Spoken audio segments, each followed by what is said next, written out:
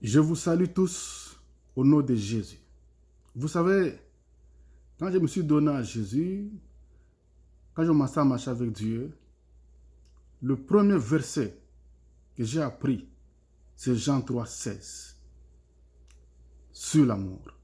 Ce verset dit, « Car Dieu a tant aimé le monde, qu'il a donné son Fils unique, afin que quiconque croit en lui ne périsse point, mais qu'il ait la vie éternelle. » Jean 3,16.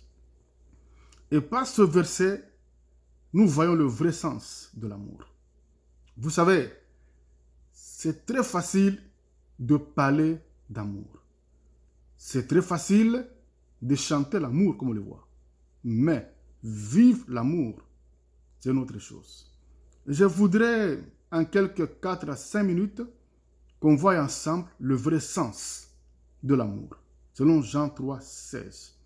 Et pour comprendre ce verset, lisez Ephésiens 3, 18 à 20. Là, Paul parle aux Éphésiens et leur montre les 4 dimensions de l'amour.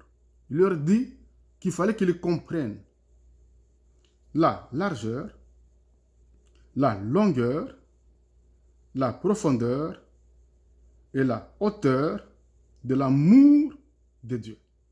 Maintenant, écoutez-moi. Jean 3,16 nous montre ces 4 dimensions de l'amour de Dieu.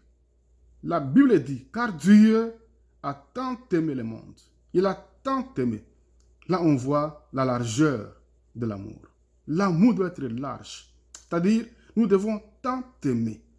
Nous devons tellement aimer au point de pardonner. Un amour large, c'est un amour qui pardonne.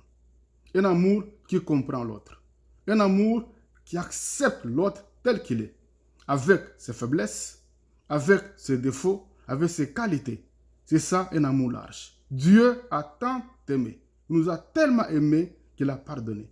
Un amour large pardonne.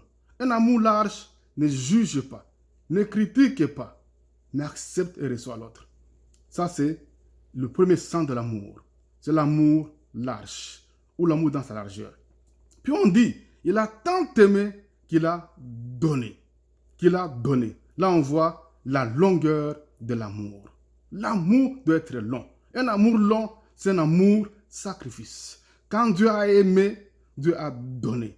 Un amour long, c'est un amour qui donne son temps pour les autres, son attention pour écouter les autres.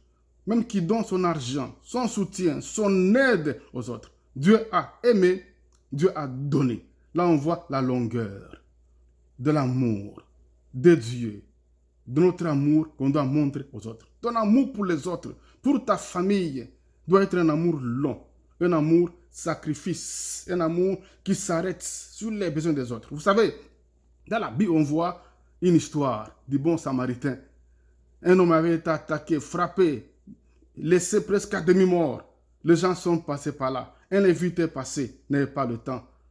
Un prêtre passé, n'avait pas le temps. Mais un Samaritain s'est arrêté. C'est ça l'amour long. C'est-à-dire, il a sacrifié son temps, son rendez-vous pour s'occuper de quelqu'un. Notre amour doit être un amour sacrifice. Un amour long, un amour qui donne son temps, son attention, son aide, son soutien aux autres. L'amour long, c'est l'amour sacrifice. Puis on dit, Dieu a tant aimé qu'il a donné son Fils unique afin que quiconque croit, quiconque, ça dit, ça c'est l'amour profond. L'amour qui ne choisit pas. Qui ne choisit pas des tribus, qui ne choisit pas de sexe. C'est l'amour qui aime tout le monde. Pas de classe sociale. Je n'aime que les riches. Je n'aime pas les pauvres. Je n'aime que les blancs. Je n'aime pas les noirs. C'est un amour qui est profond. Un amour qui ne choisit pas. Un amour qui n'est pas partial. Un amour qui aime tout le monde. Qui aime les hommes. Qui aime les femmes. Qui aime les jeunes. Qui aime les enfants. Qui aime l'être que Dieu a créé. Qu'est-ce qu'on voit aujourd'hui? On voit que les gens sont partiaux. Les gens distinguent entre les personnes, entre les classes, entre les races. Les gens distinguent. Là, ce n'est pas l'amour auquel Dieu nous appelle. Dieu nous appelle un amour qui soit profond. C'est-à-dire un amour qui ne distingue pas. Comme Jésus à la croix. Il est mort pour tout le monde. Son sang a coulé pour tout le monde. Quand il était crucifié, il a été crucifié pour les Africains, pour les Européens, les Asiatiques, les Américains, pour tout le monde. Jésus est mort pour tout le monde. Pourquoi toi tu choisis pour donner? Pourquoi toi tu choisis pour aimer? Puis on dit, afin que quiconque croit ne périsse point, qu'il ait la vie éternelle. C'est-à-dire, là on voit la hauteur de l'amour de Dieu. L'amour qui élève l'autre à la vie. L'amour qui n'abaisse pas les autres. Vous savez, il y a des gens qui sont spécialistes dans le rabais. Ils rabaissent les autres. Quand quelqu'un veut monter, il le ramène vers le bas. On doit tous rester en bas. Que personne ne monte, personne n'émerge. Ça, ce n'est pas l'amour de Dieu. C'est l'amour qui doit pousser les autres vers l'avant. L'amour qui élève les autres. Vous savez, si tu veux être béni, il faut bénir. Si tu veux être élevé, il faut élever. Si tu veux être poussé vers l'avant, pousse l'autre vers l'avant. Il ne faut pas salir quelqu'un. Quand tu prends ta main, tu la mets dans la boue. Pour salir quelqu'un, tu es le premier à être sali. Mais quand tu prends ta main, tu la mets dans l'eau pour laver l'autre, c'est ta main qui est d'abord lavée. Quand ta main prend le parfum pour pouvoir arroser l'autre, c'est la tienne d'abord qui est parfumée, qui est arrosée de parfum. Donc apprenons à faire du bien aux autres.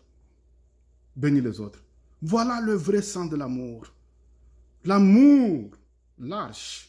L'amour qui pardonne, qui accepte l'autre. L'amour long. L'amour sacrifice. L'amour qui donne. L'amour qui apporte son soutien, son attention aux autres. L'amour profond. L'amour qui ne choisit pas. L'amour qui est impartial. Puis l'amour haut. Ça, c'est l'amour qui élève l'autre, au lieu de le rabaisser.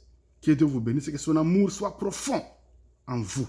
Soyez bénis au nom de Jésus. Amen.